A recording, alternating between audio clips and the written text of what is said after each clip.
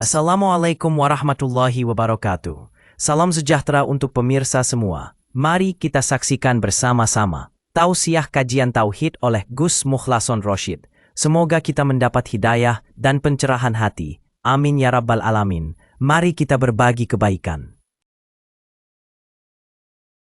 Assalamualaikum warahmatullahi wabarakatuh. Tepangaken yai, kula Edi Purwanto dugi Puri Mojokerto. Niki badhe tanglet ingkang hubunganipun kalian Quran surat Al-Hadid ayat 3. Awal dan akhir, dohir dan batin. Kalau pengertian orang awam seperti saya, berarti semuanya itu adalah Allah. Makhluk itu tidak ada. Mohon penjelasan ini pun, Yai. Matur suwun. Assalamualaikum warahmatullahi wabarakatuh. Waalaikumsalam warahmatullahi wabarakatuh. Surat Al-Hadid ayat 3. Allah dawuh, Allahu huwal awwal wal akhir wal dhahir wal batin. Ini bagi orang yang sudah hatinya sampai di zona akad, maka betul sudah tidak ada kalimah awal, kalimah akhir, sebutan dohir, sebutan batin, boten wonten. Niki bagi kita, bagi panjenengan yang sudah di zona akad. Tapi sebelum ke zona akad, jenengan terlebih dulu mengalami yang namanya zona fana. Sebelum fana, zona muraqabah, takhalli, ngeten. Iki wis kena. Oh ya. Takhalli, takhalli dan tajalli. Niki rumusnya dalam tauhid itu di sini. Apa? Ketika kita masih berada dikatakan di zona takhalli, kho ya, make kho. Itu berarti kita ada di golongan umum. Golongan syariat bloko. Niki le. Siapapun kita pasti ngusir Allah di situ, tapi nggak kerasa. Allahnya tidak ada di dalam diri kita, nggak ada. Keaguannya Allah itu nggak akan muncul di dalam hati kita, nggak akan muncul. Justru keaguan kita sebagai makhluk. Ini namanya takhalli. Proses kita ketika saat masih bersikukuh di dalam hukum syariat saja. Umpama kula dadi kiai ngono nggih kemlinti, ngerti kemlinti ya men? Apa bahasa Indonesia kemlinti niku dulur. Kemenyek, kemendol, sego cemek iwak. Iwak tongkol ngono. Apa selalu egoisme saya? Takabur bisa dikatakan berbangga diri. Udah Pak, ini nggak bisa, hukum ini kita ubah, nggak mesti ya seperti ini hukum kita itu. Kita pasti akan yang muncul di dalam dada kita itu isinya takabur dan lain sebagainya. Loh, anggit sampean iblis gak pinter maca kitab Pak. Loh.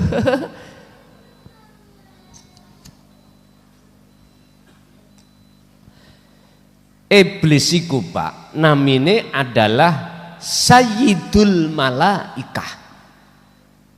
Sayyidul Malaikah. Penasehat piro-piro malaikat iku jenenge Ajazil. Dulu loh sebelum disebut iblis. Titele itu adalah Sayyidul Malaikah. Wis ngomong sayyid iku kan yo wong sing mawul yo ndukur to. Loh, makanya saya katakan iblis itu Qur'ane fase dulur, kitabnya wis luar biasa. Mboten cuman nok jurumiyah tok enggak. Sampak kengene juman, Jawahirul Maknun juman, ngetepal. Iblis lu ya. Sebelum dia itu belum terciptanya yang namanya Nabi Adam. Tapi bahasa Nabi Adam sudah tercipta, akhirnya Sayyidul Malaika iku dibuang Gusti Allah, status iblis, akhiri iblis. Karena apa? Dia berkata sendiri, aku iki luwih mulya katimbang Nabi Adam. Ana khalaqtani minan nar wa khalaqtahu min tin. Loh, disinilah pengakuan karena di dalam diri seorang iblis rumangsa luwih apik katimbang Nabi Adam. Iki maksudnya takholi. Berarti iblis model anyar, ya saiki lho ya. Contohnya iblis model anyar seperti halnya saya tadi. Kemelinti jerone atiku iku di dalam hati saya apa? Aba wastakbar wa kana minal kafirin. Otomatis sudah takabur, memandang orang lebih rendah dan merasa diri kita lebih alim, lebih baik dan lain sebagainya. Berarti ikilah zaman sak mangke iblis anyaran, ya dah. Ya ini tah yang disebut kuwi nek pengin tahu iblis sing nyoto dohir sak batine ya iki lho, ngoten lho, sing ana ngarep iki. Berarti sing ngarep iblis, sing ana ngarepe setan.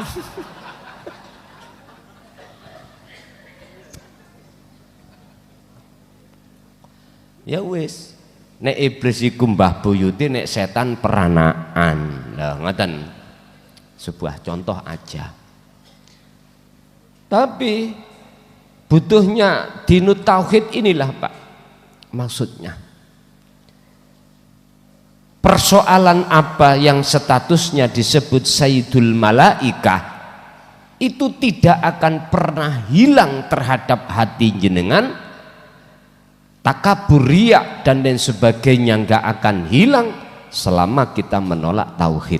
Wis, nek cara Jawa, selama kita menolak ajaran sangkan paraning dumate, yaiku ilmu sejati. Wis pasti Pak, masih kopiah sampean kali kula lah wincip ngene. Alah taek sik tetep ning ati iku sik kesebut golongan-golongan al-iblisiyu. Wis kurang nemen ya apa kula ngomong ngeten iki. Lho niki ngomongnya sama dunia lho Pak, nang YouTube. Artinya itu manakala kita pandangi dari sisi ilmu tasawuf, golongan kita takholi inilah wis. Lalu kita naik satu tingkat takhali. Berarti sebelum kita takhali ini Pak, di pulpen ini di tengah-tengah inilah ya, di tengah-tengah antara takholi dengan takhali ini ada proses namanya ta'limul muta'alim. Apa? Proses belajar mengajar. Inilah yang dimaksud dalam satu ayat, huwaladzi arsala rasulahu bil huda wa dinil haq. Dialah Tuhan Allah yang mengutus utusannya untuk membawa bil huda, petunjuk, wa dinil haq, dan pelajaran agama yang bertauhid. Terus umat menerima. Akhirnya Kanjeng Nabi dawuh, secara lesan iku berarti sama halnya Kanjeng Nabi niku nulis wahyu iku ning papan, bentuke papan atine umat. Umat ngrungokno. Ya mbek merem-merem barang ngrungokno nih. Tapi balik. Mboten dingkluk terus gak balik. Iku jenenge wong keturon namanya. Iki ngrungokno. Diangen-angen ning ati. Diterima. Lah, berarti inilah nanti akan ada proses namanya takhalli. Akhirnya jenengan disebut salik niki. Iki namanya salik. Siapa orang yang berupaya untuk meninggalkan iman rasa ning makhluk ning dodo, terus nanti dengan sendirinya otomatis kalau sudah sampai tajalli muncul ning dodo rasa agune Allah. Lah, itu berarti tajalli. Sehingga dari ayat nomor 3 surat Al-Hadid yang Allah katakan bahwasanya dialah Allah yang esa, yang ahad, iku di awal dan di akhir, di zahir lan di batin. Ini ilmu, ini adalah sistem. Si salik sebelum berangkat Solo nuju wusul tajalli kudu paham terlebih dulu.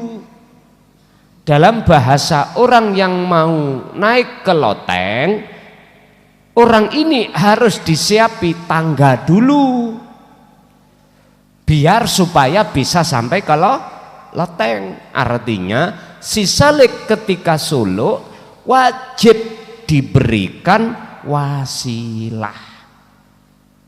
Ya iki wasilah penyambung antara loteng 1 terhadap loteng 2. Iki wasilah. Saya tidak bicara wasilah miturut bahasane orang umum thariqah mutabaroh, bukan. Wasilah dari guru thariqah, terus gurune sampai Kanjeng Nabi. Saya tidak bicara hal seperti itu yang sering disebut sanad yang muttasil. Tidak. Saya berbicara wasilah antara hati ruhaniyahmu terhadap Allah. Kalau saya lewatkan nyun sewu, tak lewatkan sanad yang misalkan yang pada umumnya umum orang thariqah mutabaroh, umur sampean niku lho Pak nyun sewu wis katene mati kesawen. Lah saiki ngeten mawon nek bahasa kula, kalau ada jalan tol lebih cepat terus ada jalan umum yang lambat, mengapa kita tidak mengambil yang cepat? Gak ndek dhuwit ge bayar e-tol Gus, gampang tak sangoni. Lah wis enak toh sampean iki. Pol enake iki. Makanya mengapa saya tidak pernah bicara tentang thariqah pada umumnya, padahal saya juga mulai tahun 74 sudah berthariqah Qadriyah wa Naqsabandiyah. Mengapa aku nggak tahu bicara tentang isi di dalam thariqah pada umumnya? Kesawen. Nyun sewu lho ya. Nek sampean saya lewatkan seperti itu, wis ta. Kesuwen amen. Bukan perkara ini saya benci lho, ndak lho ya. Ampun salah paham. Karena saya berpedoman kalau toh ada jalan yang lebih cepat, mengapa harus saya lewatkan jalan umum? Toh kedua-duanya bisa nyampe. Satu. Kedua, aku punya pertimbangan secara manusiawiah, secara perjalanan. Umur sampean kali kula nggak ngerti kapan is dead. Iku lho maksud saya. Nek jenengan gak terima sing berthariqah ya ngomongo. Ya ngomongo. Gak terima misalnya gak terima. Lho ora apa-apa. Habis ini lho kula kemis ngarepno Indramayu sana thariqah Sadiliyah. Ana Indramayu termasuk pundi? Jawa Barat. Lah, ini gak terima kok usah diundang. Lah apa bingung-bingung. Ya gak nggawa wasilah. Lah, itu loh Pak. Ya jadi saya tidak menyalahkan bagi mereka yang dengan senang hati suka lewat jalan umum, monggo, monggo. Tapi aku yakin lebih cepat Anda lewat jalan tol katimbang jalan umum. Ratumon di jalan tol itu saya menemukan lampu merah enggak ono. Ketemune nek ajengi mudhun eksis tol baru ono lampu hijau, lampu merah. Tapi selama kita perjalanan di jalan tol ora tumon lampu merah. Mungkinlah ada ono kecelakaan baru ketunda. Lah ngoten nggih, mboten saged cepat. Lah niki ora eneng. Ya terserah Anda lah. Kalau Anda saya kasih pilihan seperti enggak mau, ya enggak apa-apa. Sehingga bahasa kholwat saya lebih condong mengapa enggak pernah saya ajak jamaah. Lah ngoten nggih. Kholwat itu lebih condong binafsih, sendiri-sendiri. Karena apa? Gak mudah terpengaruh dengan yang lain. Nantinya gitu. Dan lebih fokus jenengan iki kholwat itu secara khusus itu sendiri-sendiri. Sebab ada yang bertanya, Gus Torikoh sampai niku nopo? Yo tisu siyah iki. Nah, iya tisu siyah loh, untuk membersihkan. Lah gini loh Pak. Jadi dikatakan salik itu karena jenengan itu sudah memahami bagaimana caranya sampai bisa wusul. Lah bisanya wusul harus dikasih wasilah. Apa wasilahnya? Lah ini loh yang katanya saya tidak bisa menerima dengan keterangan jenengan adanya dzikir sirul asror sebab zaman Yamon sampai Yamin enggak pernah dengar sirul asror. Opo sirul asror ngaten nggih. Ya wis. Mungkin jenengan paham kalau gelem buka juga di dalam surah Al-Isra ayat swida. Al-Isra ayat swida. Enggak pernah aku buka nih. Di situ Allah katakan, ini berkenaan dengan langsung Rasulullah Muhammad, kamu jangan berkeluh kesah, atimu ojo ngresah sebab umatmu menolak ajaranmu. Ojo, karena ilmuku itu melimputi pada dirimu. Niki Rasulullah. Ini enggak pernah aku buka, itu memang ayat. Dan nanti kalau buka-buka kalau sudah sampai pada Al-Qur'anul Qadim itu. Jadi Rasulullah diingatkan terhadap Gusti Allah, Muhammad ojo atimu ojo nelongso ya. Jangan menelongso. Jangan apa Pak Indonesia ini ngelongso ya. Bersusah disebabkan umatmu iku banyak yang menolak ajaranmu. Tetap sampai no Muhammad, tetap sampai no. Walaupun itu nantinya justru akan menjadikan dia bertambah ingkar. Ngaten. Dan ilmu tentang masalah itu sudah terlimputi pada dirimu semuanya. Istilah ojo khawatir. Ngaten. Baru Pak Gusti Allah memberikan jaminan seperti itu, maka Rasulullah sudah tidak akan pernah mamang lagi ragu-ragu untuk menyampaikan. Padahal pertentangannya di situ luar biasa. Makanya anggiti sampean sebelum kami berkata tentang sirul asrar itu gak tak pikir lah. Sudah bertahun-tahun sudah saya pertimbangkan terkait ini nanti jikalau ku sampaikan. Kan ada yang debat di YouTube itu. Aku nggak akan percaya sebab ini dalam Al-Qur'an yo gak ono namanya sirul asrar dan lain sebagainya. Serapopo. Sing jelas saya berupaya semaksimal mungkin sekiranya ati dan akal jenengan bisa menerima, akhirnya saya proses dari la ilaha illallah, la ilaha illallah anta sampai ke ana. Isih panggah tetep ra percaya ya rapopo, tetep tak sampai no. Itulah Pak yang dimaksud Allah wasilah, hubungan langsung, tali atimu langsung nang Allah, tidak melalui guru makhluk, tidak melalui mursid makhluk atau sanad-sanad yang mutasil yang dibicarakan di enggak, langsung hatimu terhadap Allah ana dalile wonten watah ning Quran. Namun oleh karena kita umat manusia yang tidak paham tentang maksud wahyu artinya, maka disitulah menjadikan pertentangan dalam hati kita.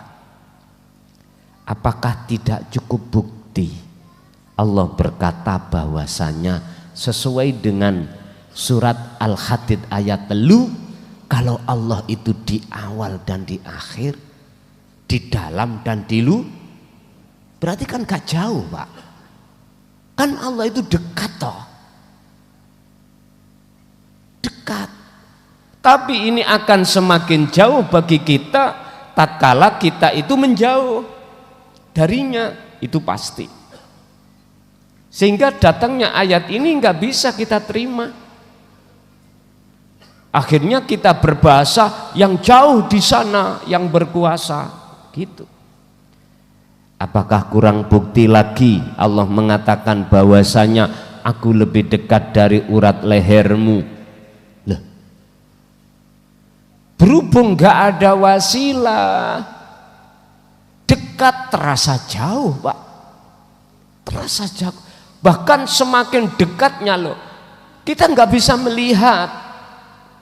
Bahasa mata dohir telunjuk ini kalau segini bisa kita lihat, coba kalau ditempelkan nang mata, saking dekatnya akhirnya nggak bisa melihat.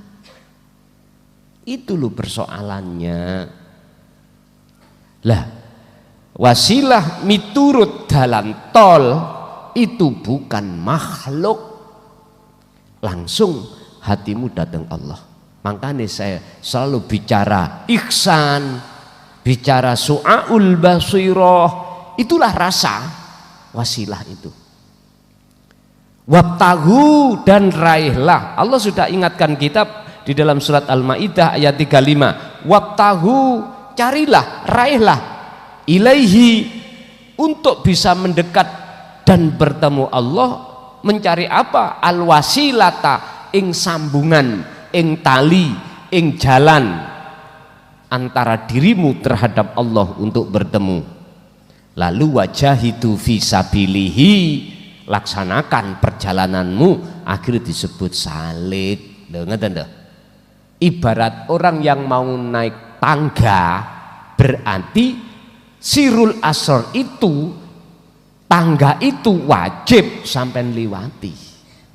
Zikir ini kan muncul dari tauhid la ilaha illa anta toh. Anda sudah merasa Allah dekat, akhirnya disitulah jenengan dimasukkan Allah di zona namanya makom muraqabah.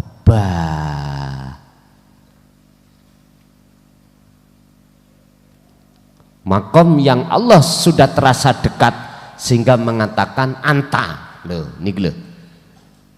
Tauhid anta, la ilaha illa anta. Ya inilah Pak muncule zikir nama sirul asrar. Kok ngeten iki sik tetep panggah, pancet ora gelem nampa, ya sudah. Makanya Rasulullah dikatakan, Allah diperingatkan dalam surah Al-Isra 60 itu, mat ojo gelisah. Ojo gelisah, Pak, saya padahal yang sempat gelisah Rasulullah.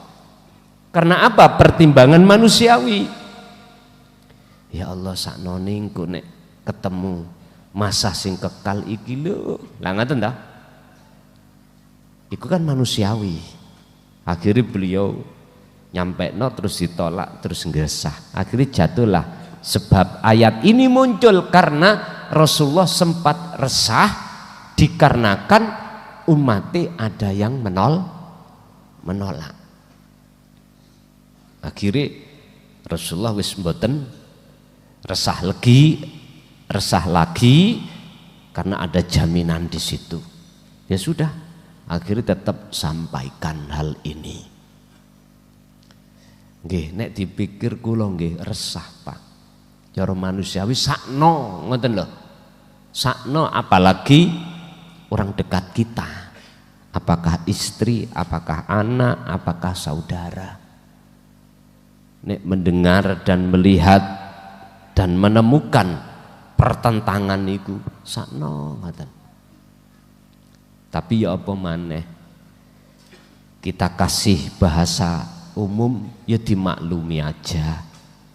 Karena memang orang buta nggak kepingin Pak nabrak bis, ya toh, nggak kepingin. Oleh dia nabrak kan nggak tahu kalau di depan ada bis. Akhirnya ditabrak mawon. Baru nek wis nabrak ngono iku benjut kabeh ya. Ya bre, gak ketok aku mana no bis. Dikandani wong kae mang, Pak ono bis ngarepean. Gak percaya, nabrak ae.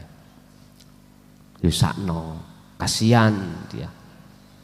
Tapi berhubung di situ Allah ngekei jaminan, ya sudah. Akhirnya tetap tak sampai no wasilah ini bejo diterima, bejo ditolak, terserah. Lebih-lebih mereka yang menggaungkan fanatik dengan wasilah secara zahiriyah pada umumnya. Memang Pak, adab toto kromo kita itu secara syar'i ya harus berbicara tentang wasilah yang sanadnya muttasil, ya tah, sampai Kanjeng Nabi akhirnya disebut thariqah mu'tabaroh, sambung thariqah sampai terhadap Rasulullah. Cuman kula nggih takok, Rasulullah biyen iku berthariqah ngin iki apa iki lah ngoten lah. Thariqah ya apa Kanjeng Nabi biyen? Munculi thariqah sekarang yang banyak itu apakah dulu juga dilakukan Rasulullah? Iku adalah nisbat Pak, sebetulnya nisbat. Nisbat iku sebangsa. Cirine mek ngeten. Kembali ke khitoh. Apa tujuan thariqah dihadapkan kita sebagai orang syariat? Mek situ. Apa? Litakarrubillah waliqaihi. Tujuannya itu supaya jenengan ini ada keinginan mendekat dan bertemu Allah. Mek ngoten tok. Iki tujuan inti berthariqah. Thariqah itu. Pertanyaan aku sekarang adalah apakah thariqah sekarang keluar dari ini atau betul-betul litakarrubillah? Jawabannya tergantung. Kalau saya katakan mu'tabaroh terhadap Kanjeng Rasul, berarti tidak keluar dari tujuan asal. Nggak ada Pak di situ untuk biar punya pengaruh sing gede. Mboten enten. Kembali ke khitohnya thariqah. Disebut mu'tabaroh iku sebangsa. Walaupun nggak ada thariqah dulu Kanjeng Nabi belum muncul thariqah Qadiriyah wa Naqsabandiyah misalnya. Contoh misalnya seperti thariqah saya dulu itu. Terus di sini pelakunya itu betul-betul sesuai dengan fungsi tujuan thariqah Rasulullah enggak? Kalau iya berarti itu disebut mu'tabaroh. Kalau enggak ya ghairu mu'tabaroh. Nama beda, tapi sebangsa, sak tunggal wae. Buktine kita ketika Solo tidak ada maksud dan tujuan, untuk mencari pengaruh, untuk banyak-banyakan pengikut. Sing pengikutnya ribuan, ratusan ribu, bangga Pak. Berangkat bareng, sing lanang pakaian putih-putih, sing wedok yang tak delok. Iki kuntul. Hati-hati. Apik niku kabehan. Nggih. Ampun ditanggapi negatif Pak. Aja. Jadi gini, disebut muktabaroh iku sambung terhadap Rasul iku sebangsa. Urusan bah tisu siyah, bah apa terserah Anda. Kalau itu memang dikatakan muktabaroh terhadap Kanjeng Rasul, kami tidak melihat dari sanad si A, si B, si C sampai Z Kanjeng Nabi. Ndak. Saya katakan muktabaroh itu adalah sambung sama dengan apa yang pernah Rasulullah lakukan. Apa tujuannya? Kalau masuk tujuannya adalah jenengan mendekat dan bertemu Allah, entah nama thariqah Anda apapun Anda, hakikatnya adalah muktabaroh. Beda kalau kita niatnya supaya punya organisasi besar, misalkan ya, nanti lihat dan akhirnya ujung-ujungnya apa? Melebu politik gampang. Nah, wah keluar tebih nih tambahan. Kalau kita mengadakan thariqah atau mendirikan satu thariqah sing tujuannya untuk meraup pengikut banyak, mohon maaf, itu enggak mutabaroh. Menurut kami cuman satu thariqah Kanjeng Nabi apa? Ibadah mahdoh dan gairu mahdoh. Cuman di dalamnya nama banyak. Ibadah mahdoh itu piye? Sing murni dijadikan beliau sebagai alat atau jalan untuk bertemu Allah. Sing gairu mahdoh, sing tidak murni juga begitu. Lah sekarang misalnya kita sebagai umat terus mendirikan dan menciptakan thariqah namanya tisu siyah, terus ati sampen iki mau kok yo seperti dengan thariqah apa yang pernah Rasulullah lakukan, apa? Mendekat dan bertemu Allah, limangkana yarjullaha wal yaumal akhirah, maka inilah hakikate muktabaroh. Lain kalau kita bicara muktabaroh dari pandangan umum, thariqah pada umumnya apa? Sanate iki muttasil, tidak munfasil. Muttasil itu sambung. Nek munfasil putus. Contoh, sing muttasil, si A niki mursite si B, si B mursite si C, sama sampak terhadap Kanjeng Rasul. Artinya ngapunten Kang Kadah, sambungan ini sampak terhadap Kanjeng Nabi. Pertanyaan aku, nek ngomong bahasa jeneng tadi, betulkah Rasulullah dulu ada istilah bahasa thariqah tisu siyah? Kan nggak tahu kita. Betulkah Rasulullah pada saat itu ada namanya tisu siyah? Wis gerabakan kabeh yang berthariqah macam-macam niku. Terus kalau iya, mengapa berpuluh tahun jenengan tidak bisa wusul? Ini harus kita koreksi, Pak. Koreksi diri sendiri loh ya, mboten ngoreksi orang lain, koreksi diri sendiri. Yun sewu, kalau bahasa saya, apapun thariqah kita, tatkala jenengan belum paham surat Al-Maidah ayat 35 yang berbicara tentang wasilah, sambungan ati langsung jenengan datang Allah, bahasa teori mohal, Pak. Mohal kita itu bisa wusul datang Allah. Solo kita bertahun-tahun gak akan pernah bisa. Karena apa? Karena hanya di dalam wasilah hubungan hati langsung jiwa ruh sampai datang Allah ini dibahas di dalam tauhid anta wa ana.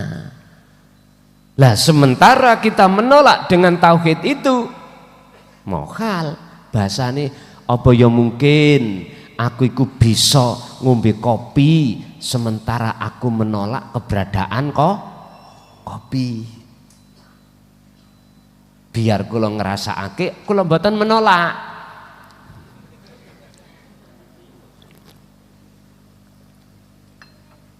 Loh, otomatis kula akan menjadikan kopi sebagai wasilah, istilah seperti itu untuk mendapatkan sejatine rasa yang kami sebut sebagai hidup, yaitu namanya nikmatnya rasa kopi. Wes, tinggal pertanyaannya tadi kita mengambil dari sisi mana. Kalau kita masih di zona salik perjalanan ini, kita masih ada awal, akhir, dohir, batin, masih banyak, masih ada sebutan itu. Tapi kalau kita sudah sampai pada zona tajalli, berarti ahad, sudah tidak ada awal, tidak ada akhir, tidak ada dohir, tidak ada batin. Yang ada adalah innani anallah. Yang ada aku iki adalah Allah. Yes. Lanjut.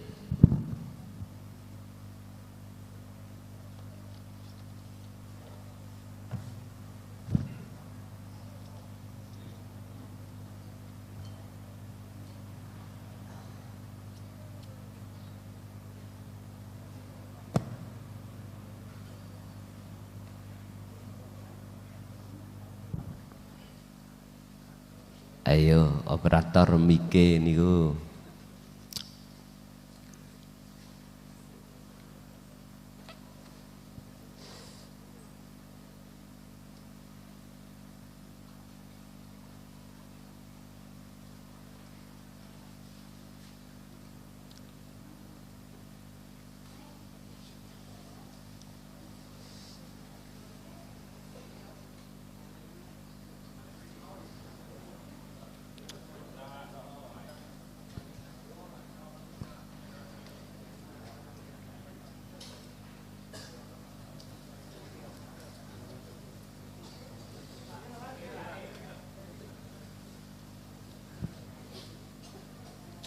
Ngoten niku sadurunge manggung diceki mik iku. Operator iku kudu gitu. Assalamualaikum warahmatullahi wabarakatuh. Waalaikumsalam warahmatullahi wabarakatuh. Derek tanglet Gus. Nggih. 3 pitakonan. Sing pertama kula ngalami semedi utawi kholwat. Nggih.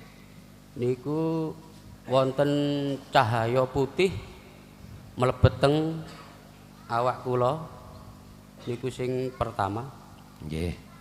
Sing kedua donga lewat YouTube, kebetulan donga jenengan tentang makrifat. Niku sah napa mboten? Mboten nggih. Kaping 3 niki mboten kholwat. Kados kula rebahan niku kula ngrasakaken sak temene urip niku kesadaran kula niku lenyap. Kepanggih jenengan enten sosok kirangan niku makhluk napa swara tanpa wujud. Entut mungkin niku. Bejoe nggih.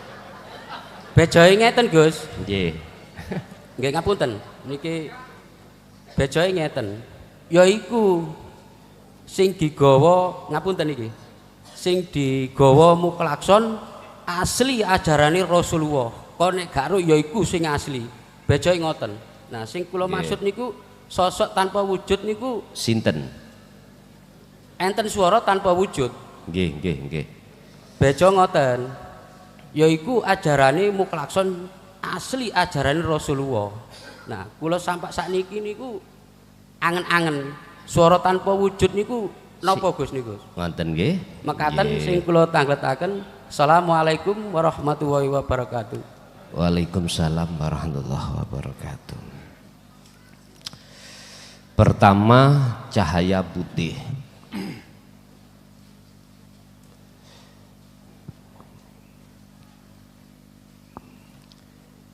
Iki ning papan tak tulis. Gusti Allah iku ngutus di jalur kiri namanya setan. Cahayane abang merah.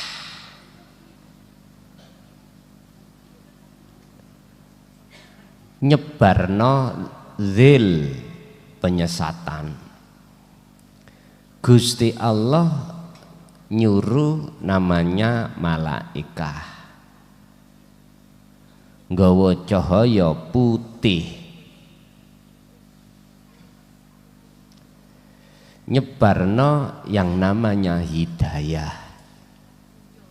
Pun dua makhluk ini Pak,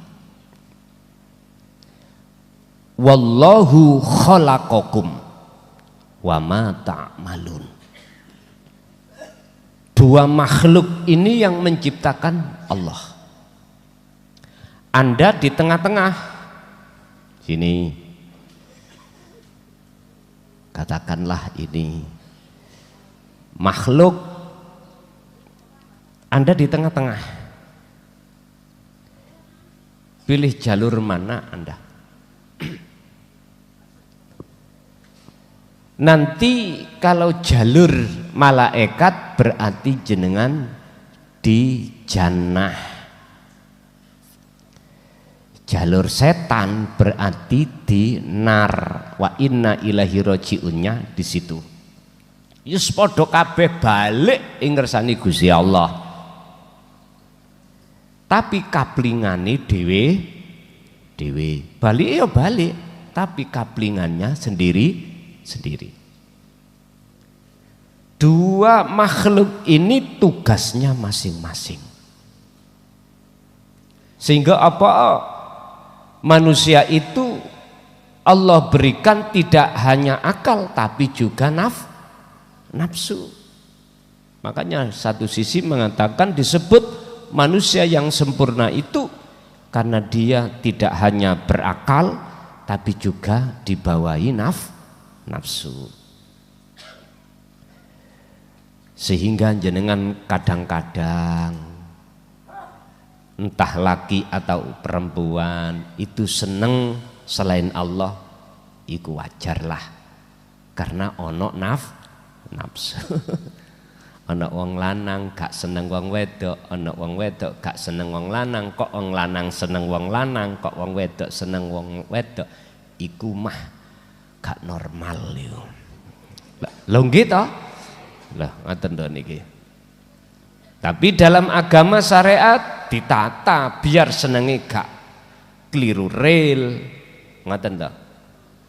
Jadi sing wis duwe garwa ya aja pisan-pisan kok senengi. Wis golek wae seneng nang nggone sing dereng punya garwa. Ngoten lho karepe. Nggih ngapunten Kang kathah. Iki hukum syariat menata supaya kita enggak keluar rel. Ngoten lho. Bapak Ibu hadirin, sekarang kita tinggal pilih yang mana. Malaikat pun tidak bisa membawa visi seperti iblis atau setan. Setan juga begitu, karena tugasnya masing-masing. Sama dengan pewayangan, ada kelompok kiri ngastino, ada kelompok kanan ngamarto. Dapuk lakone yo gak podo, tugasnya yo enggak sama, dalangnya sama, dalangnya mesti sitok Pak. Sampai pernah menjumpai ya ada tanggapan wayang yang namanya dalang iku loro atau telu. Pernah enggak? Enggak pernah, kursi tok. Nyun sewu. Inilah bahayanya kalau kita tidak mengerti tentang tauhid. Gampang kita menyalahkan setan. Selalu benerno malaikat terus. Nek salah, nek setan memang salah Pak, nyun sewu. Besok bisa dituntut Pak. Nyatane ning Quran gak iso dituntut. Sampe delok ning Quran. Keterangan tentang setan. Akhirnya setan ngomong, "Wis ngono ya teko atimu dhewe. Nek ngono ayo bareng-bareng mlebu neraka."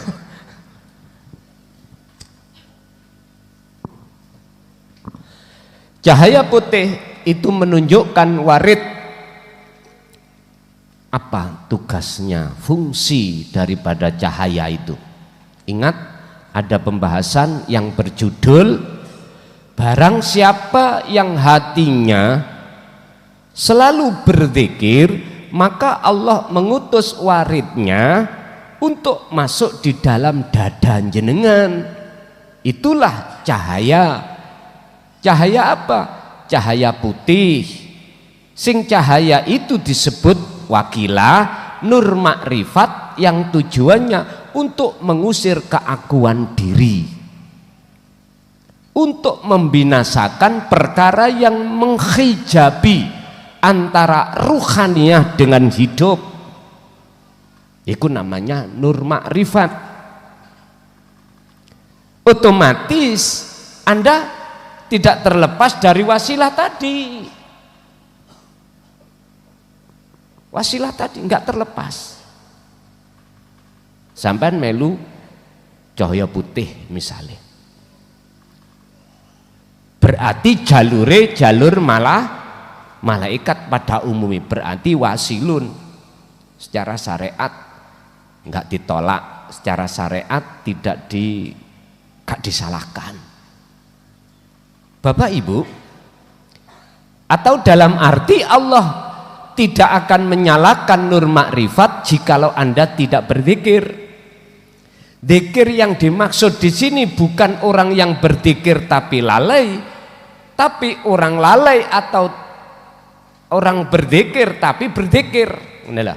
Orang berzikir tapi ingat, orang lalai tapi ingat. Ini yang dimaksud cahaya putih itu. Lu kok iso lalai tapi ingat? Ya ngeten. Jenengan iki lali. Rasane dada ora ana bahwasanya iku parane sangka Allah.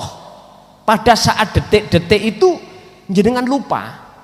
Tapi jenengan terus eling tekone awak dhewe lali sebab sangka Allah sing lalekno. Berarti ki maksude lali tapi lali tapi eling ngene iki.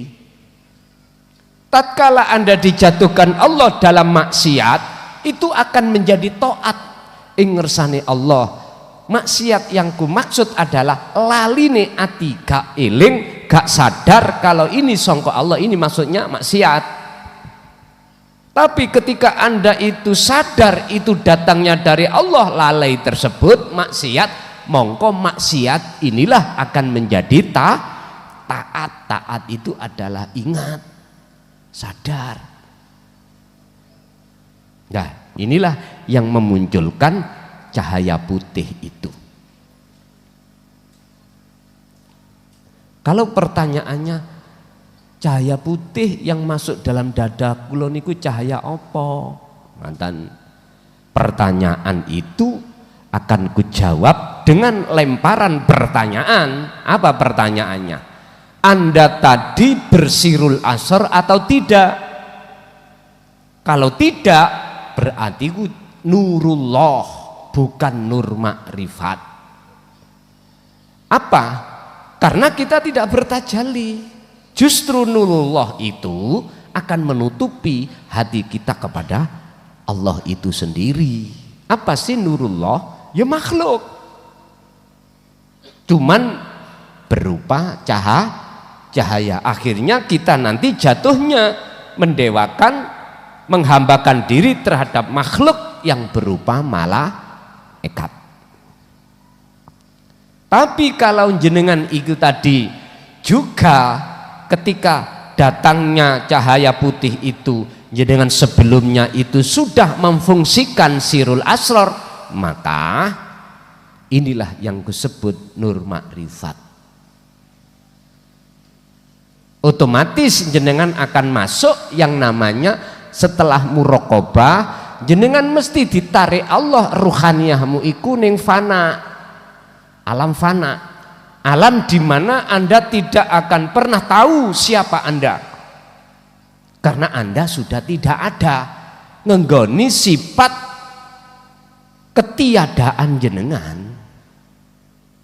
Sing asalnya kita merasa ada, akhirnya tidak ada. Setelah itu maka dengan sendirinya otomatis jenengan iki akan jatuh di makrifat, berarti sing ada aku iki Allah. Yes, iki jalur malaikat ya. Cahaya putih teko sentolop mencari ayam yang singitan nok nisori gadangan, ketinggal mboten? Ketinggal. Oke, sekarang cahaya merah. Setan itu yo ide ambek Gusti Allah kok yoan. Wong nyatane komunikasi kita sejarah loh Pak, sejarah awalnya wong Sayyidul Malaika. Nah, terus ning kene di sini setan itu tugasnya adalah dijadikan Allah untuk menyesatkan diri kita, jiwa. Asine makhluk setan umpama saged milih lho ya, mau aku dadi setan, aku dadi malaikat ae. Tapi berhubung kena sifat qahr paksane Allah, wis tahtan awakmu dadi setan ae. Dadi setan awakmu, tetep dadi setan, iki tugas. Ngoten. Cuman sejarah-sejarah dibuka ning Quran, koyok-koyok setan iku salah. Wis tahtan, wis ngandelo aku. Engko kawulaku nek nyalahno awakmu, engko awakmu gak salah. Ngono lho. Akhirnya betul, Pak. Sejarah mengatakan semua kita sebagai anak keturunan Nabi Adam semua tersesat. Berhubung kita itu tidak mengerti apa sih ahad itu, apa sih esa itu, gak gelem belajar teng mriku, mesti siapapun kita akan menyalahkan setan. Oke, kita ulur. Setan iku nggawa cahaya, Pak, rupane abang. Abang iki ya iso sampean jadikan sebagai cahaya untuk menjadi nur makrifat, mboten nurullah. Ini nggak pernah disinggung oleh beliau-beliau, wedi karena apa? Engko khawatir wong-wong melok dalane. Akhirnya mboten lampah sing mungguh umume ngoten. Wis tak omongno ae baban napa? Wis. Membawa namanya dzil untuk melalaikan Anda, hati Anda terhadap Allah. Iki kita bicara dulu bagi orang yang tidak bisa menjadikan nur merah iku mau untuk ke Allah. Kita bicara golongan ini dulu. Sebab apa? Sebab tidak mengerti, tidak membawa silah. Akhirnya kita akan jatuhnya di dzil, tersesat kita. Akhirnya kembalinya kepada nar nantinya itu. Gini Pak, setan iku yo nek gak digerakno Allah ya ora iso. Maes-maesi utawa ndelurungno kita, menyesatkan kita. Setan itu kalau tidak diizini Allah untuk menutupi hati kita terhadap Allah, ya ora iso. Saya tarik kepada tauhid lho niki, nggih. Jangan melihat setannya. Kan sudah dikatakan Allahu wallahu khalaqakum. Semua itu ciptaan Allah. Tapi wa ma ta'malun, dan semua apa yang muncul dan timbul baik setan maupun malaikat sumbernya sangka Gusti. Iki tauhid lho ya. Jangan keluar dari tauhid. Kalau kita keluar dari tauhid, otomatis mandeng makhluke. Akhirnya jatuhnya nyalahno makhluk. Dadi dzil, penyesatan. Lalu setan bawa misi innan nafsa la amaratum bisu. Ngejak elek berarti ngejak melalaikan Allah, ngejak hati kita supaya enggak sadar apa semua itu wa ma ta'malun itu tidak dari Allah, dari makhluk. Ditekanlah hati kita oleh karena kita enggak ada tauhid, ditekan oleh nafsu, hati kita akhirnya condongnya melihat makhluk. Loh, disinilah Pak, berarti cahaya merah nggak bisa kita jadikan untuk bertemu Allah. Sekarang lo jangankan cahaya merah, cahaya putih nggak bisa kok, karena alasan hati kita nggak punya wasilah. Bukti, oke, saya nggak ngomong pada orang lain, ngomong diri saya sendiri. Selama kita tidak mengerti dan tidak membawa, belum diizinkan Allah membawa wasilah tadi, maka berpuluh tahun corok kami zikir ya jebule wonten alam mukasa ora iso nur makrifat dinyalakan Allah, nggak akan. Sing dinyalakan iku nurullah, niku sing dinyalakan. Apakah nurullah yang ada kaitannya dengan alam mukhadharah? Mukhadharah iki alam kasunyatan, berarti nurullah ya apa? Ya sengenge niku, cahaya sengenge. Coba cahaya sengenge gak dimurupno waktu siang, malam listrik mati kabeh, korean gak ono, ya ora ketok apa-apa. Moto iki sama mecicil, ya ora ketok. Coba nek gak percaya, nanti pulang masuk kamar tutup jebret, nggak ada lampu dipateni mecicil, bojomu muda gak ketok awakmu. Guys, lah menisan toh ngomong. Apapun di depan Anda nggak akan pernah Anda akan tahu. Yang ada cuman kegelap, padahal motoni mencicil. Apalagi sing gak iso buka meripat alias wuto, tambah nemen yaiku jenenge peteng det zilmu zil niku. Lah bagi kita yang tidak membawa sirul asrar, jangankan bisa untuk ke Allah lewat cahaya merah, cahaya putih gak iso. Keganjel dengan nurullah, akhirnya kita berimannya pada malaikat, makhluk, berimannya pada kasaf. Inilah Pak dalam hikam disebut kasaf suwari. Beda kalau mereka yang membawa sirul asrar, kasaf namanya kasaf maknawi. Dikatakan maknawi karena beliau tidak memandang cahayanya, tidak memandang makhluknya, tapi bersaksi terhadap zatnya, terhadap wujud Gusti Allah yang disebut innani anallah. Wonten mriku.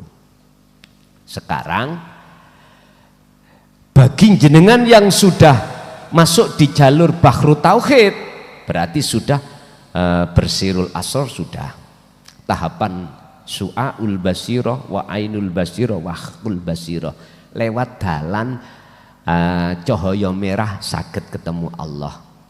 Jenengan mencari ayam hilang ning nisore gadangan, betok oncor ya ketok, tapi resikone kobong gadangamu. Oncor kan geni, ya ta? Geni lho. Padha-padha ketoke, Pak. ayam hilang kelihatan, tapi ya iku bedone nek oncor geni ya bakale ngobong rendeng utawa gadangam kobong wis. Maksudnya ya napa? Ya wis nek pancen ana dalan cahaya putih jenengan gak terlalu bersiko, mengapa tidak? Artinya kalau jenengan kali kula ana dalan umum, ana dalan khusus, mengapa tidak kita memilih jalan khusus? Padahal akses sudah diberikan jenengan, ngaten dah.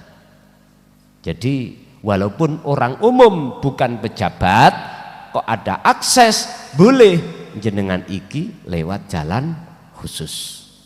Aksesnya apa? Etol nih kalau Pak, kartu sak menten kalau. Etol niku sampean templekno njeplak. Nggih. Tapi putuk apa jenenge KTP sampean KTP ya, templekno masih mekengkeng ya ora iso njeplak. Embuh, diuruki sinten timbangane ngeten iko.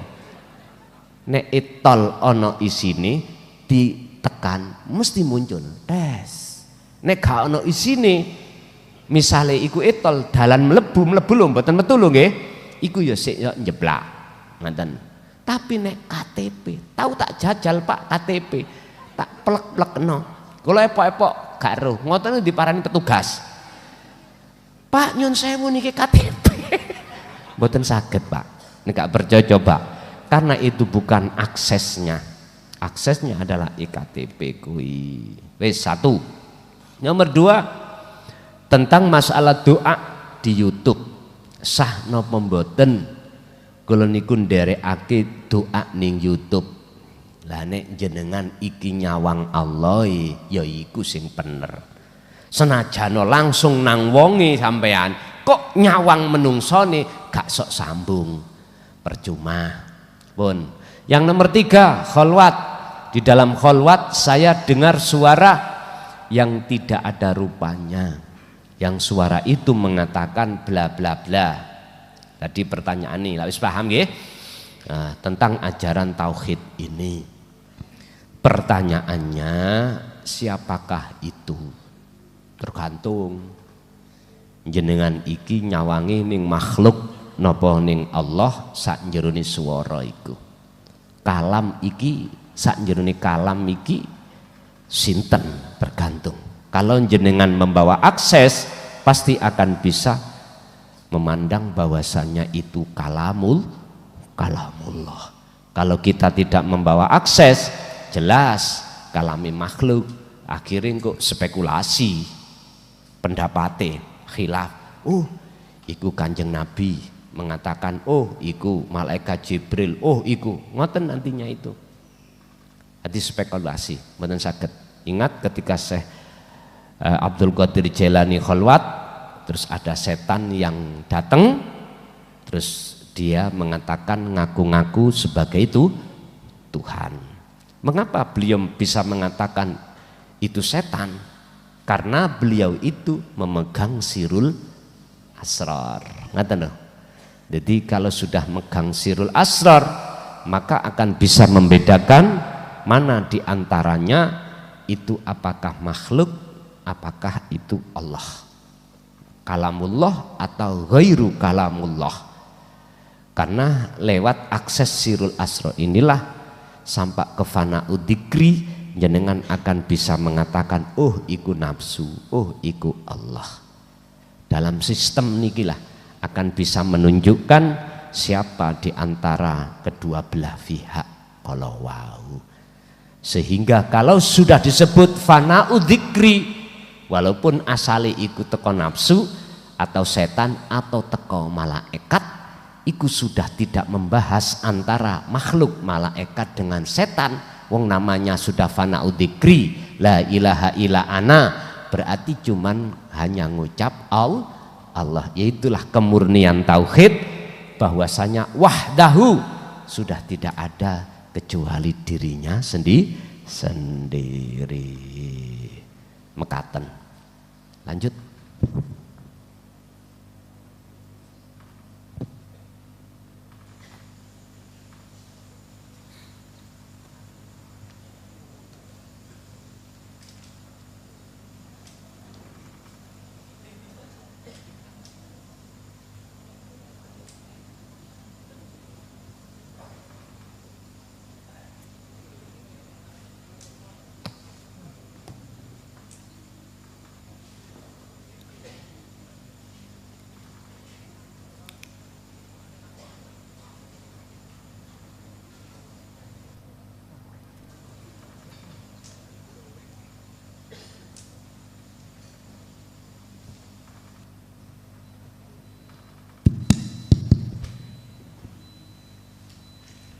Assalamualaikum warahmatullahi wabarakatuh. Waalaikumsalam warahmatullahi wabarakatuh. Ngapunten derek tanglet. Nggih. Sabtu yang kemarin kan saya baru ikut nggih. Terus malamnya terus pulang saya ngimpi praos kula niku kula maringi rakyat kula sing sampun sedo air kelapa sama ada airnya. Lajeng dibarengkan ten jenengan. Terus jenengan mek ngeten tok diperkes tok. Ya Allah, apa artine nggih kula ngeten. Terus niku yang nomor 1 mimpi nggih. Sampun. Nggih. Niku ditakokno. Nggih, napa ngoten. maksudnya niku maksudnya? Oh, Kan suami saya sudah meninggal. Kenapa Nggih. harus ada di mimpi saya? Nggih, nggih. Betul. Terus leres jenengan wau kalau sampun sering membuktikan bahwasannya ketika rohani kita sudah memuncak mendengarkan ceramah siapapun jenengan kados Buya Arazi Hashim niku nggih kula sambungaken rohani kula dhateng Allah niku saged ketarik masyaallah luar biasa. Lek sanjang enten sing sanjang niku namine nguras langit napa leres ngoten niku. Nguras langit mboten entek-entek ngoten bahasae. Sampun. Nggih. Ketika saya Basirul Asrol dikir sirri niku. Lek menawi jenengan ngarani niku kholwat nggih. Lek kula bertafakur biasane. Nggih. Kadang kula niku lek silon ngoten suka gringgingen kula selonjor. Lajeng lami-lami kula niku mboten kuat geger 1 jam 2 jam kadang ngoten. Lek kadang ngeladat ngoten niku masyaallah kula milih berbaring.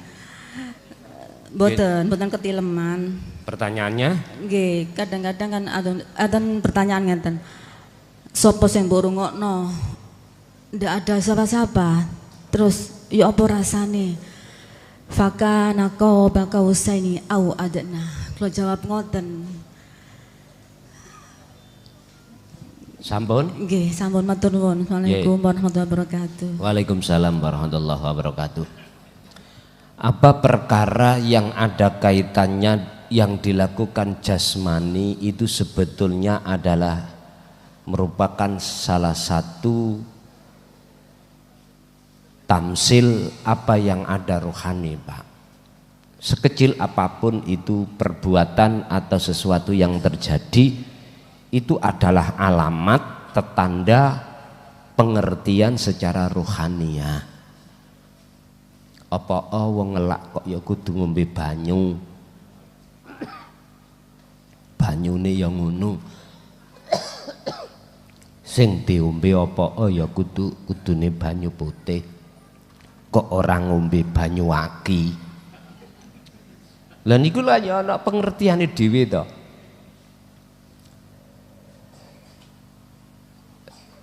Bapak Ibu, jasmani itu ada kebutuhan.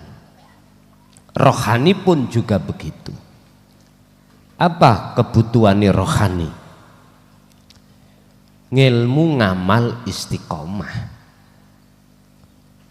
Sehingga bisa mendapatkan rahmat anugerah sing luhur nikmatun azimatun, yaitu rahmat bertemu Allah. Berarti rohani itu harus didatangkan ilmu ngamal istiqomah, baru dapat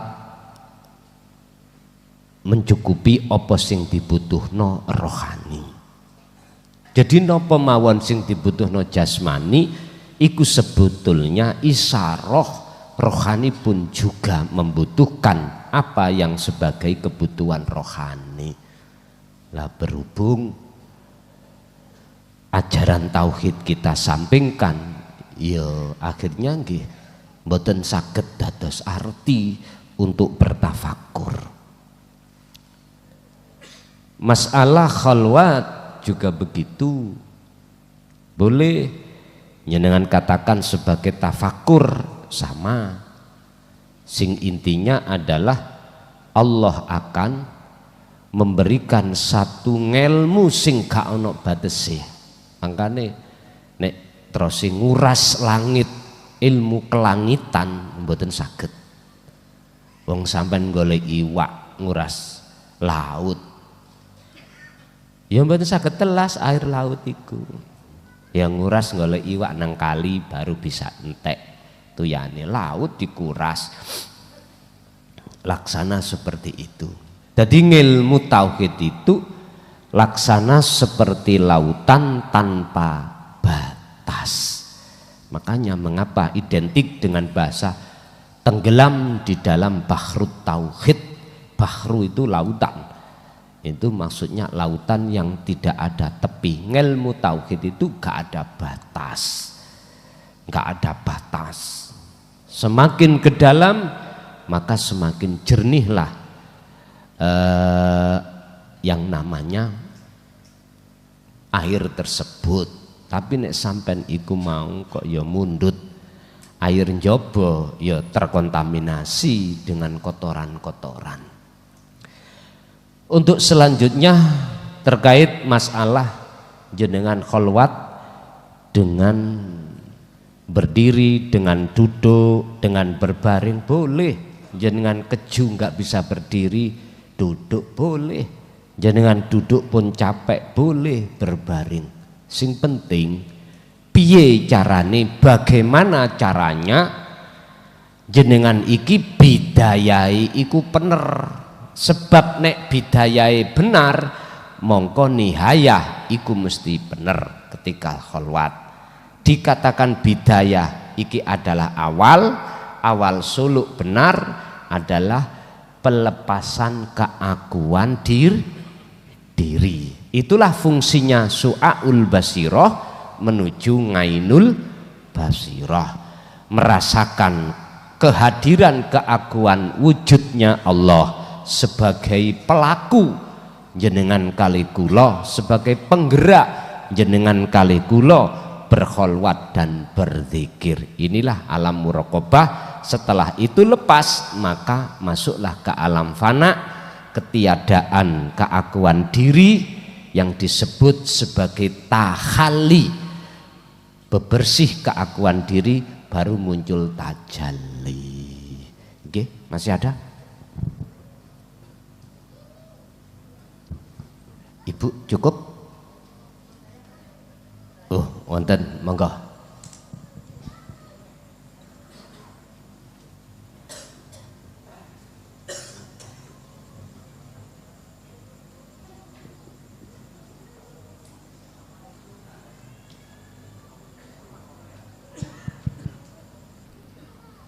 Assalamualaikum warahmatullahi wabarakatuh. Waalaikumsalam wabarakatuh. Dipun tepangaken nami kula Alfian Gus saking Magetan, badhe tanglet. Gebyare donya niku pripun Gus nek seumpami sedaya niku sampun Gusti Allah. Nomor kalihipun puncake makrifat niku napa ing teng syariat Gus? Ngapunten Gus, saderengipun kula nyuwun wektune jenengan sekedhik mawon bibar niki kula pengin ngobrol kalih panjenengan Gus. Nggih matur suwun Gus. Assalamualaikum warahmatullahi wabarakatuh. Waalaikumsalam warahmatullahi wabarakatuh. Taksirud dunya, gebiarnya dunia itu tidak akan pernah bisa mempengaruhi hatinya seorang salik tatkala seorang salik itu sudah menjadi arif utawa sudah sampai pada Allah, nggak akan terpengaruh. Karena apa? Karena seorang salik yang sudah sampai wusul terhadap Allah itu sudah tidak membutuhkan pengaruh gebiarin dunia. Istilah orang yang sudah sampai pada puncak atau di loteng maka gak butuh tangga karena dia sudah sampai di loteng. Kalau belum sampai di loteng, ini disebut salik, perjalanan. Kadang-kadang tasik terpengaruh. Enak tonggo besi, enak tonggo kayu, enak tonggo tali, mau macam-macam. Masih terpengaruh. Makanya sering saya katakan, mengapa kita harus sering-sering memandang uripe Gustine, orang memandang makhluk, disitulah maksudnya. Kebiarin dunya itu ada dua, Pak. Ada yang di alam muraqabah, ada yang di alam muhadharah kasunyatan ini, ada yang di alam mukasyafah.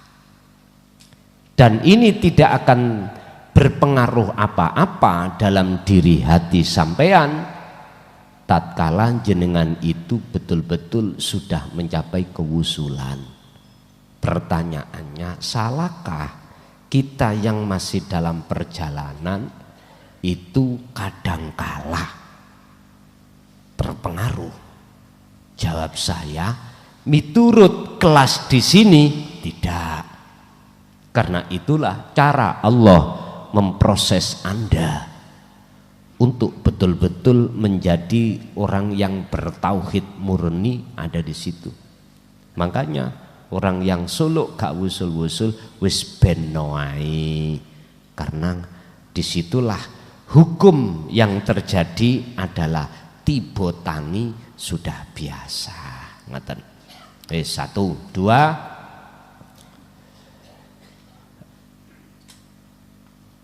Puncak kemakrifatan apakah betul ikuti syariat? Tergantung kita itu melihat, memandang dari mana. Sebab gini, Pak, Pak Tani itu menanam biji tanpa syariat, isi ditandur, ditanam supaya mendapatkan buah yang bagus. Lah ngoten nggih. Contoh, kita itu menanam biji kacang atau jagung. Nanti jikalau Pak Tani menanamnya itu bijinya bukan kulitnya lho, Pak. Kulit iku minangka syariat. Isi minangka hakikat. Loh, di situ nanti akan muncul satu pohon, yang pohon ini nanti akan membuahkan biji lagi. Kalau kacang tadi nanti akan berbuah di dalam bumi. Kalau jagung berbuah di atas bumi, berarti mafis samawati wa mafil ardi. Wis padha mawon niki. Loh, di situ nanti buahnya pasti ada kulitnya yang menutupi. Lah kulit inilah yang nantinya akan mengamankan sebuah isi. Sebab gini, Pak, prosesnya. Entah Anda menanam sebiji kacang atau jagung, ketika saat pohon itu sudah muncul, maka wujud biji kacang atau jagung itu fana, nggak ada. Karena sudah terlewati. Tapi nanti seiring berjalannya waktu, jagung atau kacang ini akan juga memunculkan isi dan kulit, hakikat dan syariat. Bapak Ibu, buktikanlah ketika saat pohonnya itu muncul, isi yang kita tanam itu ada apa enggak? Enggak ada, Pak. Di dalam tanah kita cari biji yang kita tanam tadi enggak ada. Berarti bagaimana? Ya wujudnya hidup di dalam biji tadi menyatakan berupa pohon. Inilah proses seseorang ketika suluk itu harus idfin wujudaka fi ardil khumul, kudu membawa wasilah Sing wasilah itu adalah menafikan keakuan diri.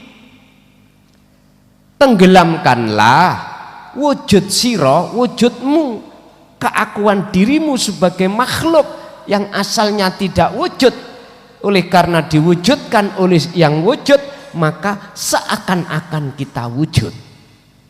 Akhirnya kita akui wujud.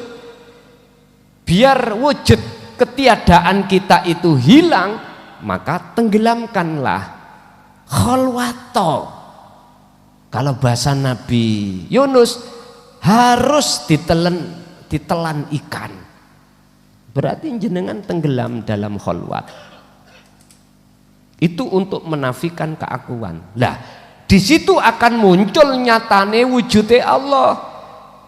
Yang tadinya tidak bisa kita lihat dengan mata dohir, hanya bisa kita lihat dengan mata hati yang disebut ainul basiroh, berupa rasa tadi, iman yang benar. Kalau di dalam biji itu ada wujudnya hidup, di dalam seluruh makhluk ada wujudnya Allah, hanya dengan hati, mata hati.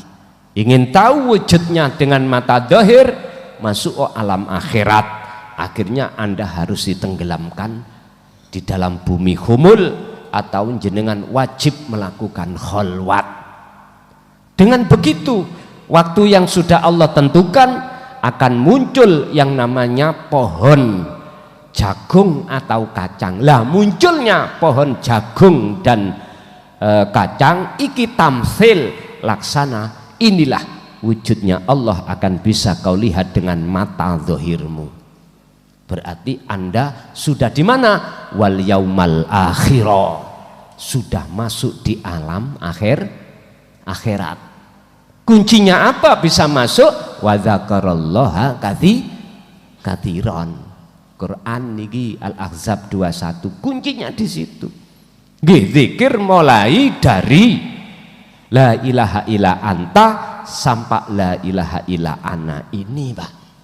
Anta itu digaungkan terus, dengan sendirinya ana akan muncul dengan sendirinya. Berarti jikalau ana muncul, itu tanda wujudnya pohon kacang ini sudah nyata, dan disitulah akan memunculkan buah proses. Ya, tetap ini akan akan diamankan dengan kulitnya ditutup. Jagung pun ada kulitnya, isinya jagung ini lah. Kacang pun di dalam tanah juga ada kulit baru. Artinya apa, Pak? Kalau wujud nyatane Allah sudah ada dalam diri Anda, baik secara batin lebih-lebih zahir, itu nanti akan diamankan dengan bentuk apa? Perilaku syariat. Berupa apa? Jenengan kerja syariat, jenengan makan syariat, jenengan minum syariat. Apapun di dalam aktivitas jasmania ini adalah kebilang kesebut syariat. Hakikatnya, nyatane hakikat ini ketutup ambek kita tadi. Akhirnya orang lain tidak tahu kalau itu kekasih Allah. Paham ya? Kalau pertanyaannya apakah syariat itu perjalanan akhir, nyatane hakikat? Jikalau niki jawaban saya, jikalau sudah mengalami proses seperti ini, betul. Tapi bukan syariat yang dulu. Yang dulu kulitnya sudah kita buang, sekarang baru kulit yang akan datang ini lebih bagus lagi. Makanya ganti-ganti kulit itu gak apa-apa. Dulu kulit syariat Nabi Adam, ganti kulit syariat Nabi sinten sampak Kanjeng Nabi kulit syariat ganti rapopo. Tapi situ sing gak iso ganti isi. Nek kacang tetap kacang lah kok dipetek digoleki isine nyun sewu jambu. Gak mungkin, Pak. Isi kacang pun tidak pernah ngomong-ngomong aku kacang, nggak pernah. Tapi kalau Anda betul-betul dzurriyyah Rasul, gak mungkin kau akan mengenalkan diri pada orang lain kalau Anda itu dzurriyyah Rasul. Gak mungkin. Gak mungkin. Apalagi ingin pengakuan.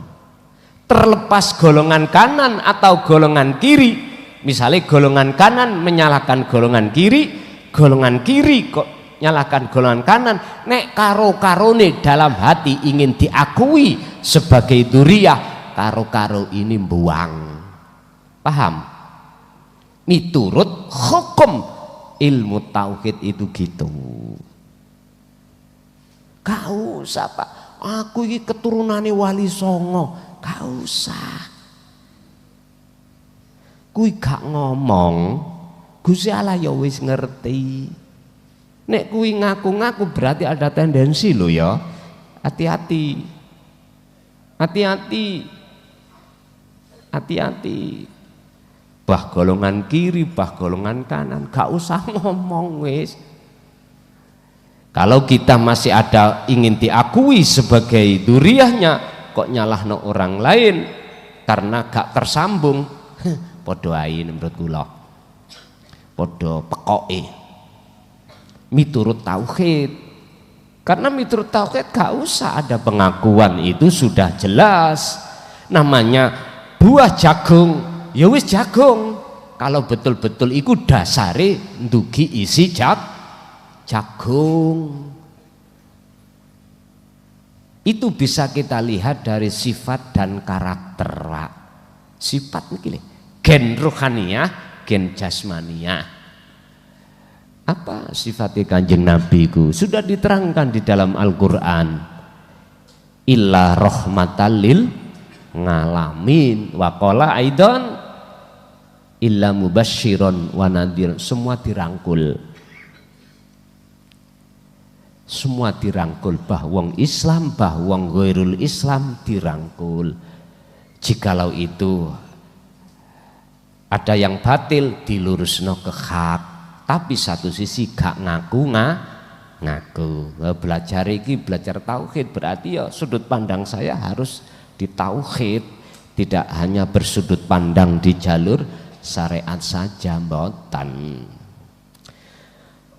Itulah puncak hakikat atau puncak ma'rifat. Satu sisi memang betul itu ada di syariat, cuman syariat yang baru.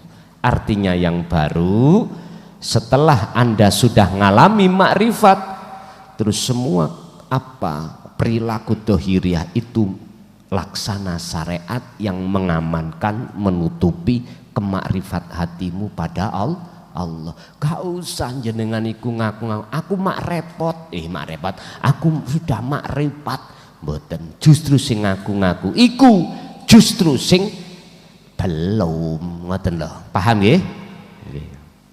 Nggih, Ibu tadi, monggo Bu. Pundi ibuke tadi? Monggo.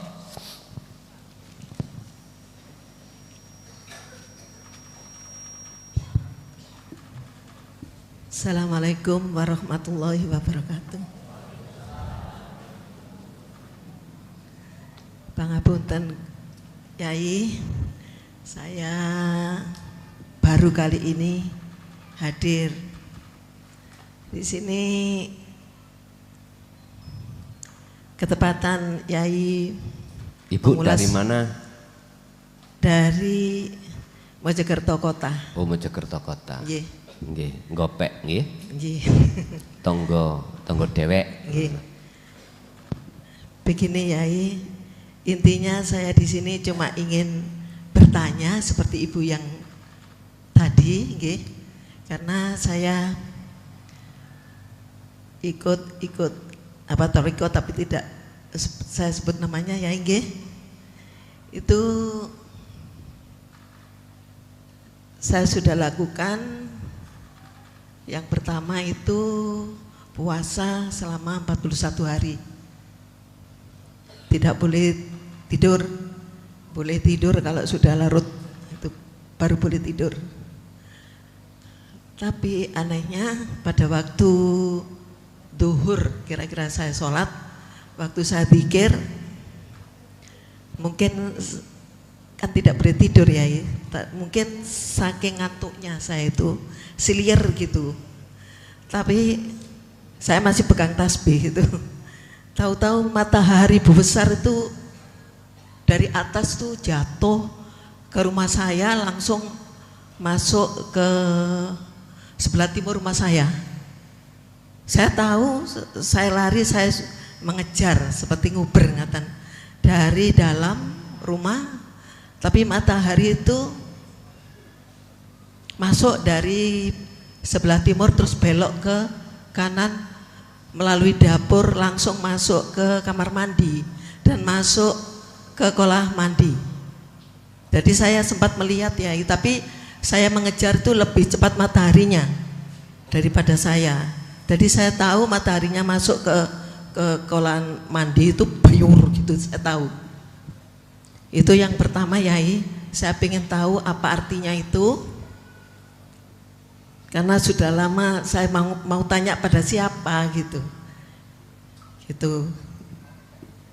Tidak ada yang mungkin saya boleh bertanya dulu. Inge. Ketika sampean berkholwat atau bahasanya di Toriko kan suluk khususiyah, ya dah? Ya.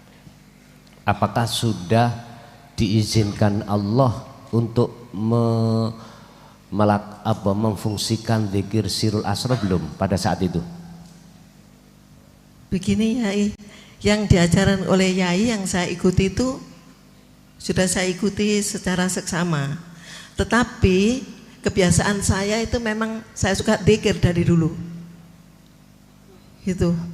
Saya suka berzikir semau saya. Maksudnya itu subhanallah walhamdulillah seperti itu ya. Tapi maksud kula, apakah pada saat sebelum terjadi matahari ceblok jatuh gitu, itu jenengan kan berpuasa. Iya. Jenengan itu saya katakan sebagai salik, ya dah. Salik itu pelaku perjalanan suluk untuk menuju wusul pada Allah lagi dah. Pertanyaan saya, apakah di situ juga jenengan memfungsikan maksud daripada zikir la ilaha illa anta yang kusebut sebagai sirul asrar? Belum, oke. La ilaha illallah aja. Oke. Terus jenengan sudah pada saat itu sudah mengenal zikir ini tadi belum? Sudah kenal tapi belum saya lakukan. Oh ngoten, nggih, lanjut. Terus yang kedua, pada waktu yang paling ujung yaitu kalau saya buat itu ujian ya buat saya. Itu 3 hari masuk ke ruang gelap. Itu diisi 5 orang dengan saya, perempuan semua, kita pakai baju putih-putih, tidak boleh mandi, tetap puasa, tidak boleh tidur, semuanya ada di atas sajadah ya. Gitu. Iya, isinya puasa dan zikir. Puasa zikir itu selama 3 hari 3 malam. Zikir bilisan dengan lesan la ilaha illallah itu. Oh macam-macam ya. Aduh apa? Itu yang diutamakan zikir urup-urup. Zikir urup-urup. Itu zikir yang bagaimana? Dalam hati saya ucapkan ya. Yang ada kaitannya dengan rasa. Ya betul. Oke. Terus maksudnya zikir yang urup-urup tadi adalah rasa itu arahnya ke yang esa atau arahnya yang selain ke Allah ya. Allah ya. Iya Allah. Betul. Itu. Nah pada waktu mau masuk itu ya, semuanya itu dikasih pulpen satu-satu, kasih permen. Kertas. Pulpen. Oh pulpen. Ya. Oke, lanjut Bu. Kasih pulpen sama kertas ya satu-satu. Tapi pada waktu itu nggak tahu saya kok nggak mau gitu. Mboten usah Yai, saya bilang gitu. Oh nggak mau, mboten sisa. Saya sudah bawa, saya bilang gitu. Setelah masuk situ itu mulai sahur ya. Sahur itu jam 12 malam ya. Setelah sahur langsung kita dibaiat, disumpah dan sebagainya, didoain, terus masuk ke ruang yang gelap tadi ya, gelap ya. Tidak tahu itu, lihat jam aja nggak bisa. Ada jamnya padahal kita nggak bisa lihat. Nah, teman-teman orang 4 tadi ya kelihatan putih-putih aja, kita nggak tahu. Rupanya seperti apa kita nggak tahu, kita pun nggak kenal gitu. Nah, pokoknya kita masuk 5 orang, terus kita cuma berzikir, sholat. Yang diperbanyak Sholatnya adalah menghadap kemana ya juga nggak tahu. Tahu, kalau itu tahu. Tahu Oh, katanya ya. gelap. Iya kan sudah kita tata menghadap gitu. kiblat gitu. Terus kita zikir, kalau saya zikir ya yang sering saya laksanakan itu, tapi yang sering saya ucapkan waktu itu karena Yai disuruh zikir urup-urup gitu. Nah, pada waktu yang terakhir saya ndak sadar kalau itu hari yang terakhir ya Yai. Pada waktu subuh ya. Ndak ada boleh yang pernah mandi, ndak boleh. Kemudian tahu-tahu kan baju kita putih ya, suruh putih pakai ditumpuk sama mukena juga putih. Ndak boleh warna lain. Terus tahu-tahu pada waktu subuh itu baju yang saya pakai ya sama mukena itu bercahaya Yai, murup Yai. Saya takut. Saya takut betul itu, kaget saya. Loh, kok murup gitu? Saya angkat rok saya, murup semuanya Yai. Betul ini. Saya tidak bohong. Terus ya Allah kok kayak gini. Saya angkat itu. Terus sajadah yang saya pakai itu juga nggak ada sentolopnya. Nggak ada peteng ya.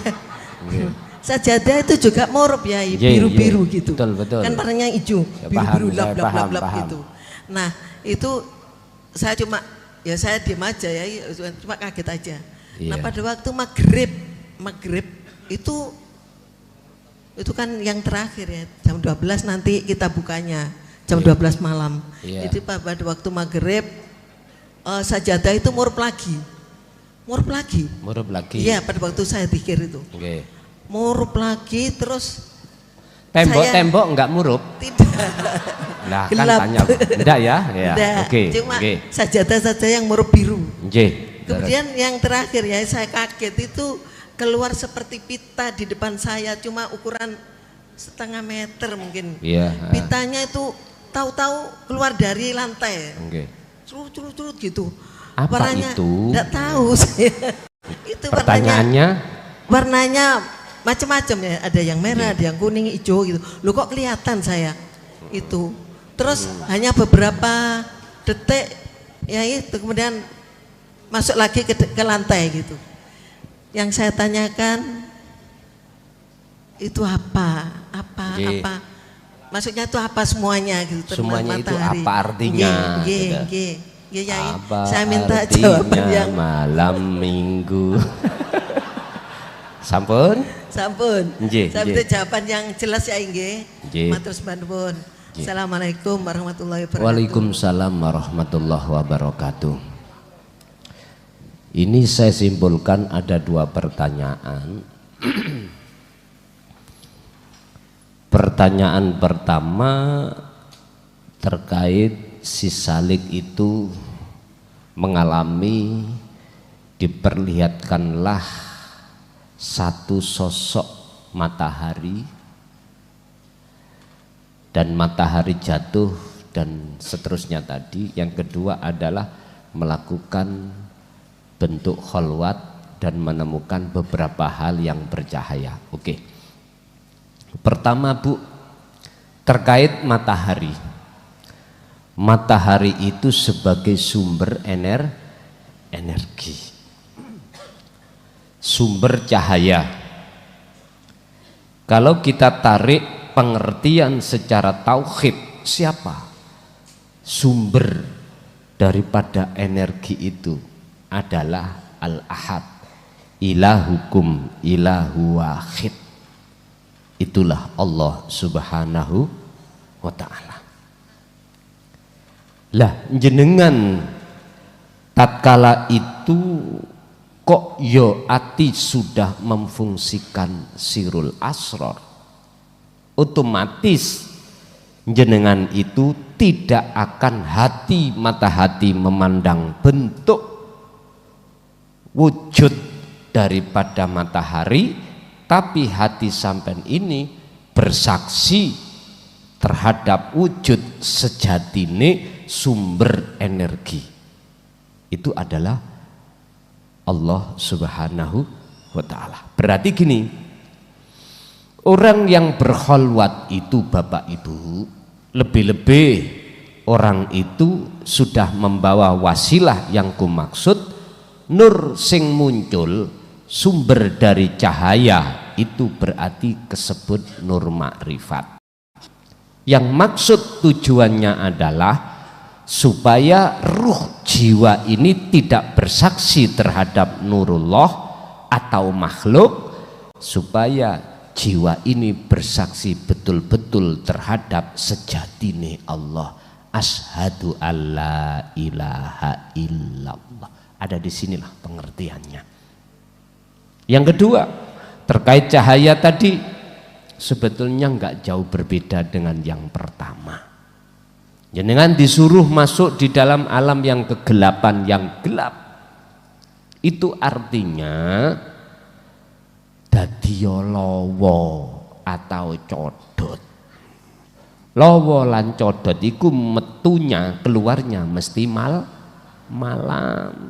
Malam itu mesti gelap, artinya gelapkanlah hatimu dari gebyare dunya, gebyare makhluk. Ini harga mati. Jikalau Anda menginginkan nyatane wujude Allah iku hakul mubin, wajib hati ini menggelapkan songkodine dari perkara-perkara selain Allah. Dalam istilah surat An-Nur ayat 35, jikalau kau ingin melihat gambar di layar di gedung biskup itu, maka langit-langit di atas sampai lampu-lampu itu harus dimatikan.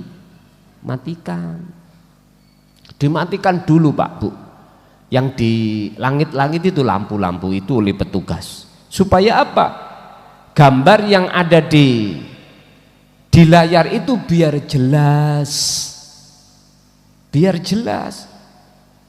Sehingga cahaya dari nurullah enggak ada, dari langit-langit enggak ada, biar cahaya itu hanya datang di layar. Artinya biar hati sampean itu betul-betul diakhat, maka selain daripada akhat itu harus dimatikan.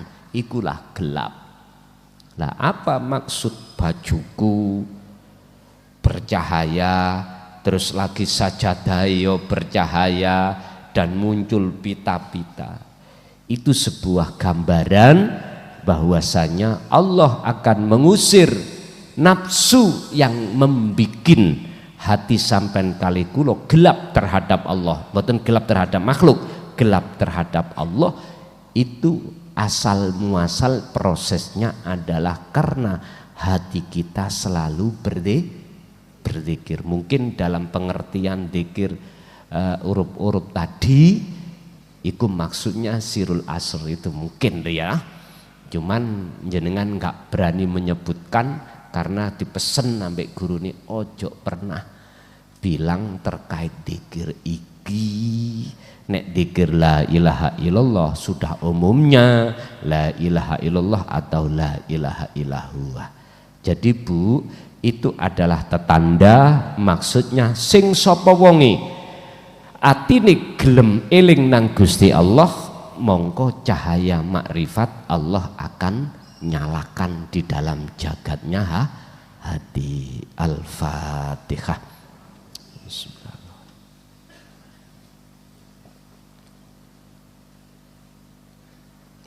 Akhirul kalam. Assalamualaikum warahmatullahi wabarakatuh.